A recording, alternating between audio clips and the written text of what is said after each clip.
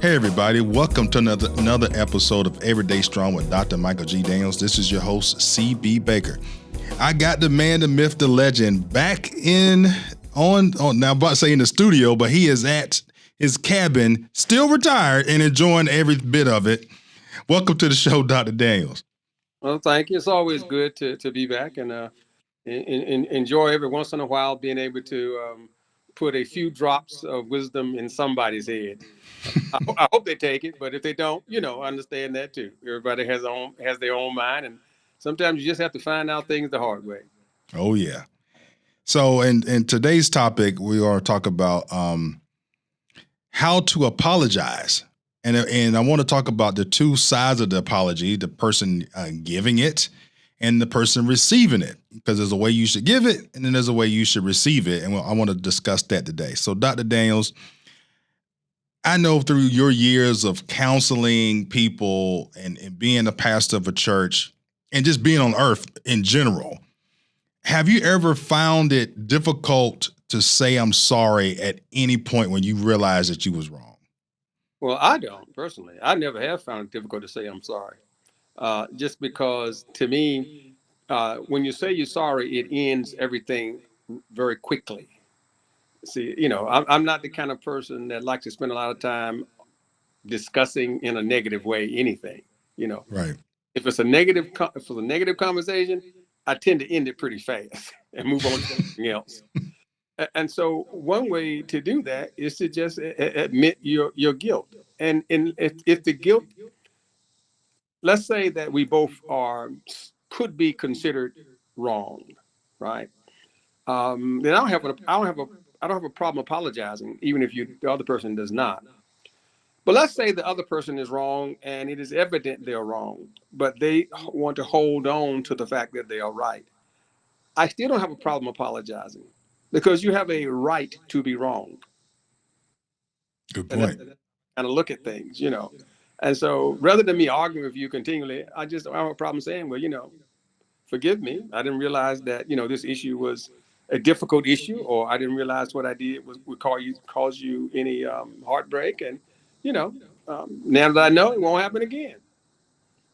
So now when we just got through talking about yourself, let's flip over to you when you're counseling other people. What common denominators was there in the people that you counseled that stopped them from saying I'm sorry or receiving the apology? Well, it's simple, and it's simple for all people. Most people, 99.9999999% of the population want to be right. And that's the thing. Everybody wants to be right. And so our assumptions is that there can only be one person that is right. Okay, but that's a false statement. Right, Because right. people, when they're disagreeing, they're not disagreeing about facts. They're disagreeing about opinions, right? In their opinion, you did wrong. In their opinion, this was out of character. So when people are arguing about opinions, their assumption is my opinion should always override your opinion. Uh, but that's obviously not the true case. So I think that's part of the problem. So what I tell people oftentimes is, do you want to be right or do you want to be happy? Mm. And that's the issue. Because you can be right and still be sad. And you can accept responsibility and be happy. And that's what you really have to ask yourself. And Right. so think about people who, get into a dispute, let's just say a couple, right? Just for sake of argument. They have a dispute, and because no one is willing to say I'm sorry, they stop talking for a week, right? Right. So now there is, the children recognize that, oh, well, something is going on. There is bitterness in the household.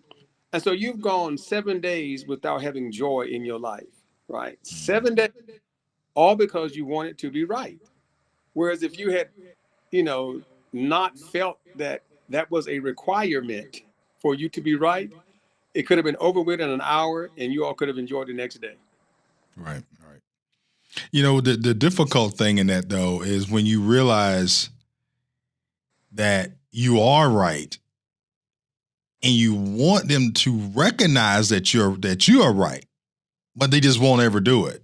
Well, So see, What you said is the point I'm making. Yeah. You see, Right. the thing is, you realize you are right. That's just how you view it. Yeah. I right to view that you're right, but because one person's mistake doesn't mean that they're wrong. Yeah. It just means you don't agree with what they did, right? You don't have to agree with what I did, but that don't mean I'm wrong. That just means you don't agree with it. And so that doesn't mean I don't feel justified for what I did. I'll give you the worst case scenario, right? Okay. Let's say your wife cheats on you with your best friend. Mm. In your mind, what? She's wrong, right? But what Yeah. if she's the reason I did it is because you didn't do something, right?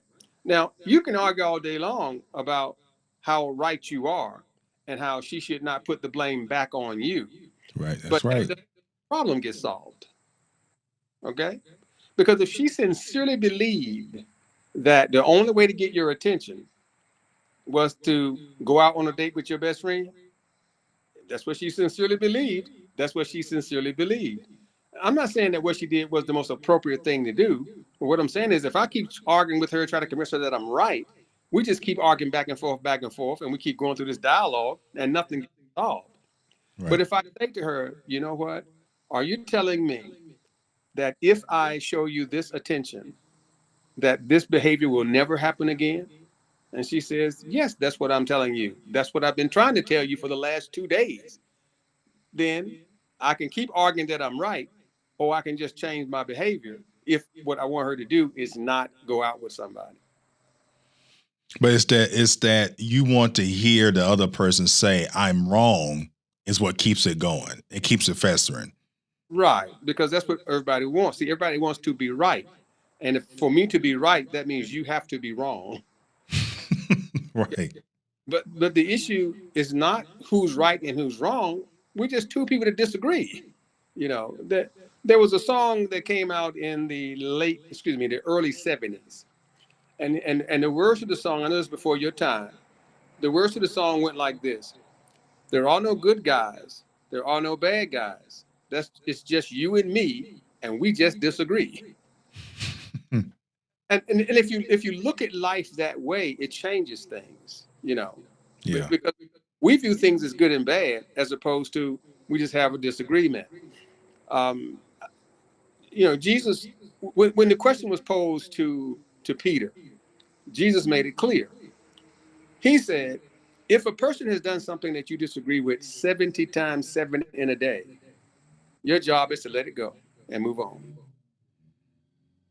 Right. And that's tough. That's Uh, tough.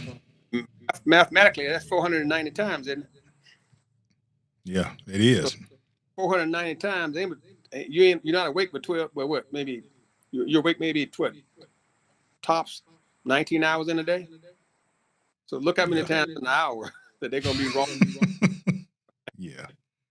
But he says what? That it's not about right or wrong. He's about moving to the next step. And I think, in my opinion, that's where people get caught up in, is that they don't look to move to the next step. What is the next level? Where are we trying to go? What are we trying to get done? Um, so and that's just the side about me accepting that, you not saying you're sorry. But, for me, to say you're sorry doesn't mean you're bad. I think that's the other thing. Most of the time people don't like to say I'm sorry because that they take that to mean if I say I'm sorry, that means I'm bad or I was wrong. Right. But you can be right and still cause the problem. That's true. Now let's talk about this. So let's talk about you're in a situation and I don't know, one day you ride in the car, you think about something you did 5, 6 years ago.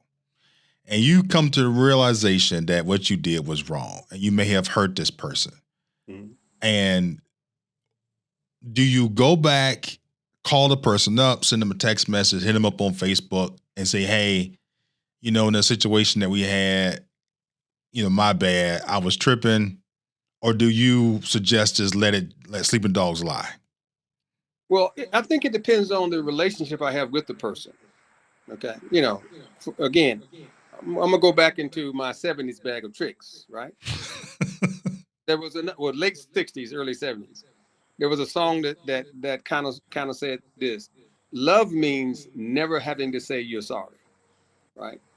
So if I love the person and they love me, and I did something wrong 5 years ago, but our relationship is such that we are still in a good place, you know. Hmm. If I'm still in a good place, then that suggests to me that whatever I did, they've already forgiven me for. And so if they've already forgiven me, there's no need to say I'm sorry, because normally the reason why you say you're sorry is so someone can forgive you and so you can mend the fence and move forward. Right. So if you've already moving forward, then, as we say, you let sleeping dogs lie. You don't poke the bear, right? Right. Right. Because you don't want to bring up some stuff if it's already been resolved. But if it's someone who, because of that, our relationship has been fractured, right? Then even if that person is no longer in my hemisphere, I still think it's valuable to contact the person somehow because I've fractured the relationship and apologize and say, you know what, I'm so sorry that we've missed all this time because I wasn't smart enough to recognize the harm I caused you. Yeah, that was pretty good. That's from the 70s too. That's from the 70s. That's 70s. The I'm about to 70s, steal that one. the song from the 70s knew how to beg. That's the whole thing. Don't Yeah, remember they that? knew how to beg. Yeah, ain't too proud to beg. Yeah, that was 70s right there. Yeah. Late 60s, early 70s. Can I tell you what? Teddy Pendergrass used to beg a lot. Hey, but the Temptations used to beg all the time.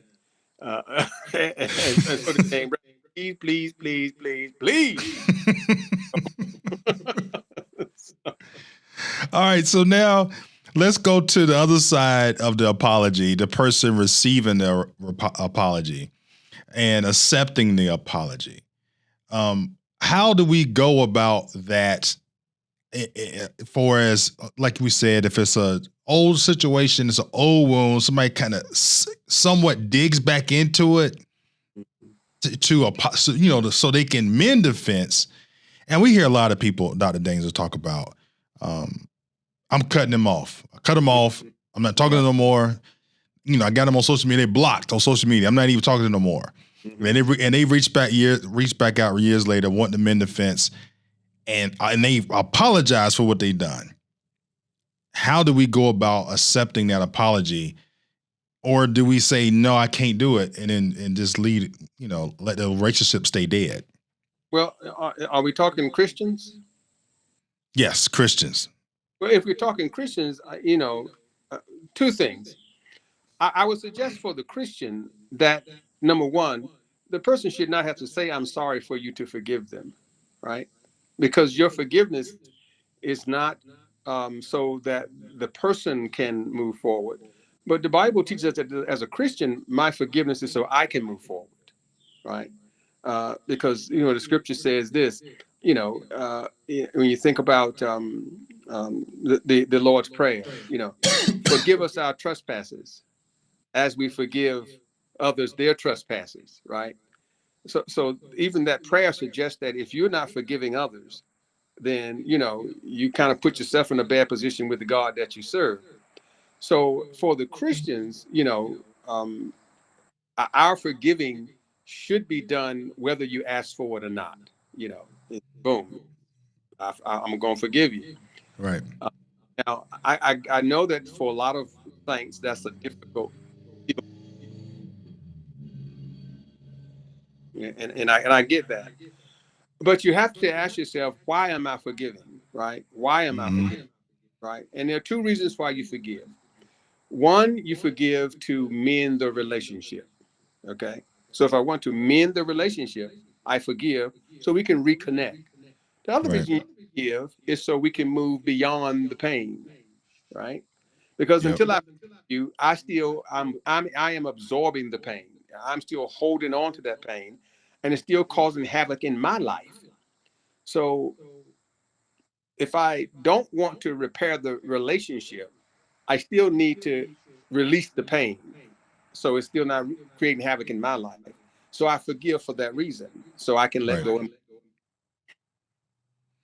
Yeah, that is a very good point. I keep trying to tell people and hammer that home. Like, you need to go ahead and forgive them, for what they have done, and also talk a lot about forgiving yourself for the Mhm. things that you done or your role that you played in the whole thing. Because when you're when you're in the car alone on a 4 hour trip, and if you ain't got Sirius XM radio or satellite radio or something, and you just sitting there trying to find a radio station, and sometimes something's gonna pop back in your head, something that you did wrong or a whole negative situation. Mhm. And like, okay, how do we move past that? And I tell people, like, you got to forgive yourself for what Mhm. you've done.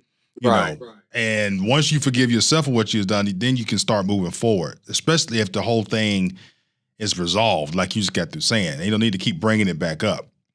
No, and my thing is, I say it's simple, but I recognize that simple doesn't mean it's easy. You know, Yeah. and that is, I want to move past. I don't want to stay in my past. I want to move to my future, and I can't move to my future, and I can't enjoy my present if I'm stuck in my past. So for that reason, I am compelled to let it go, and I can't let it go unless I let it go from the heart, and that means I got to say to myself, you know what, I forgive you. I mean, what you did is over with now. I can't keep holding on to it. Now, I think people need to understand what forgiveness means. So that's the other problem is that someone says you're sorry, and they're like, well, I can't forgive you for that. Understand what forgiveness means. Forgiveness does not mean that you take what the person did to you did not happen. It doesn't mean that. It Right. doesn't mean what they did not cause you pain. All it means is there will be no retribution for what they did, right? So if, for example, your plan was that they stole from you to steal from them, you know, your decision is, I'm not going to steal from you, or I'm not going to sue you, this kind of thing. All right. And so that's really what it means. And because you think about, for example, what the Bible teaches us about us being forgiven. Us being forgiven doesn't mean that the sin itself has been somehow, or it has not happened. All it means is we don't get the punishment for the sin, Right. right? It doesn't mean God has said, what you did all of a sudden was okay, right? It's still not okay. It's just, I'm not going to punish you for it. And that's the same thing when people, do something against us. And I think a lot of times we don't accept the apology because we think that that is almost like saying what you did was okay, or Hmm. what somehow didn't happen. No, that's not the case. That's not what we're saying. Yeah. Which the reason why this whole subject came up, because a couple weeks ago I did the solo podcast, and I talked about the man who had gotten saved. Well, let me rephrase. He stole from you, stole out your car, and he got saved and got his act together and was on the straight and narrow. And then he comes, rings your doorbell to advertise that he's power washing houses now, and Mm-hmm. he would like to power wash your house, but the cost is $150. And I posed that question. I did not answer the question. I let people listen and send me answers back. And a lot of people sent me back messages saying, you would be a sucker for allowing him to go in there and to power wash your house, and then you pay him to power wash your house, and him not do it for free. Even people around me, close Mm-hmm. to me, said, "Ain't no way in the world I had a person anywhere near me after they stole from me. I don't care if they saved or not." Well, let me put it to you this way: every one of them that told you that is lying to you. Okay. There are a lot of people that's around us that stole from us.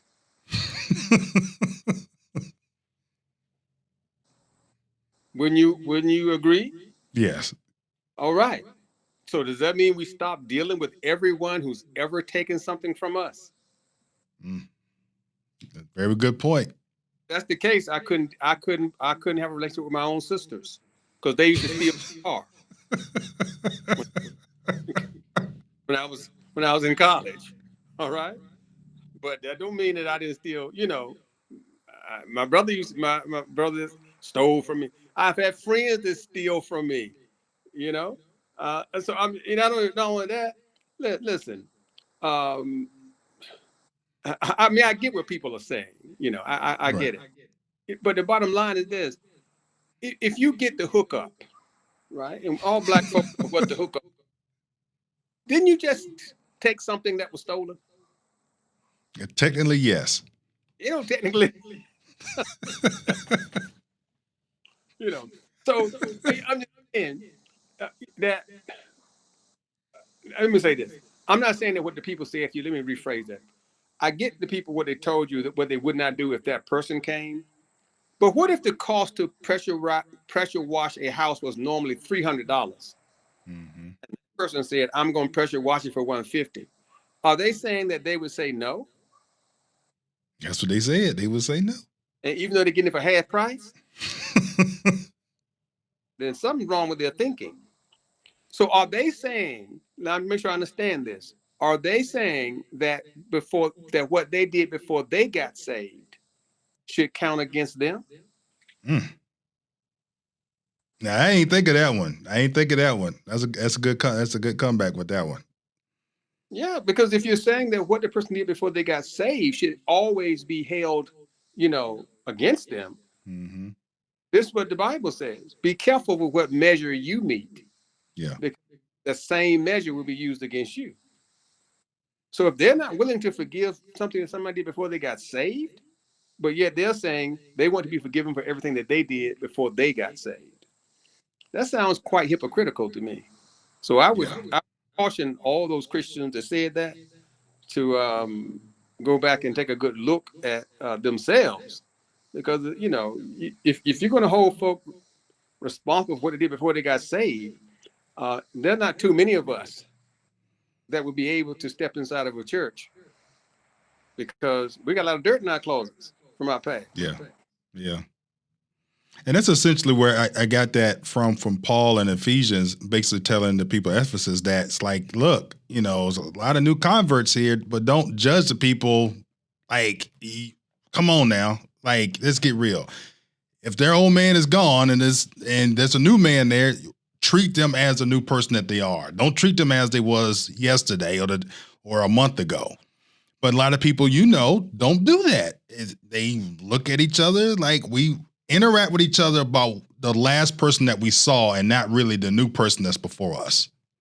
Well, see, I tell you again, I just say me personally, because like you just said, I've been a pastor for 33 years. I was an associate for 7 years. Pardon me, 6 years. I'm sorry. So total of 39. Well, actually, by now it'll be 40. Okay. Now, over that time period, there have been several people that have borrowed money from me, and I knew they weren't going to pay it back when they lied and said it was. They didn't pay it, right? So think Right. about it. If you borrowed money from me and said you was going to pay it back and you didn't pay it back, didn't you steal it? Yes, you did. I know. And there are a lot of people that are still members of that church that fit that category. But that doesn't mean that I stop associating with them. It Right. don't mean smiling at them. And I still, give them, dap when I see them. I still hug them when I see them. Because that's that. I don't expect perfection from anybody. Right. So I recognize that, hey, I just write it off and say, you know what? Lesson learned. Now Yeah. that you paid me back, because really now that you have stole from me is where the deal is, right? Um, Next time you ask me, the answer will be, uh, when you pay me back from the first time, I will loan you more money, right? But I'm not going to hold the first time against you as far as my friendship goes or as far as how I treat you. And we're going to move forward and we're going to still enjoy each other. Now And you know what's gonna happen next time you at church. If people hear this, they're gonna be lining up trying to give you some money. Hopefully, well, they can line up, but I'm retired now. My income been I'm on a fixed income. no, not to get money, to give you the money that they owe. No,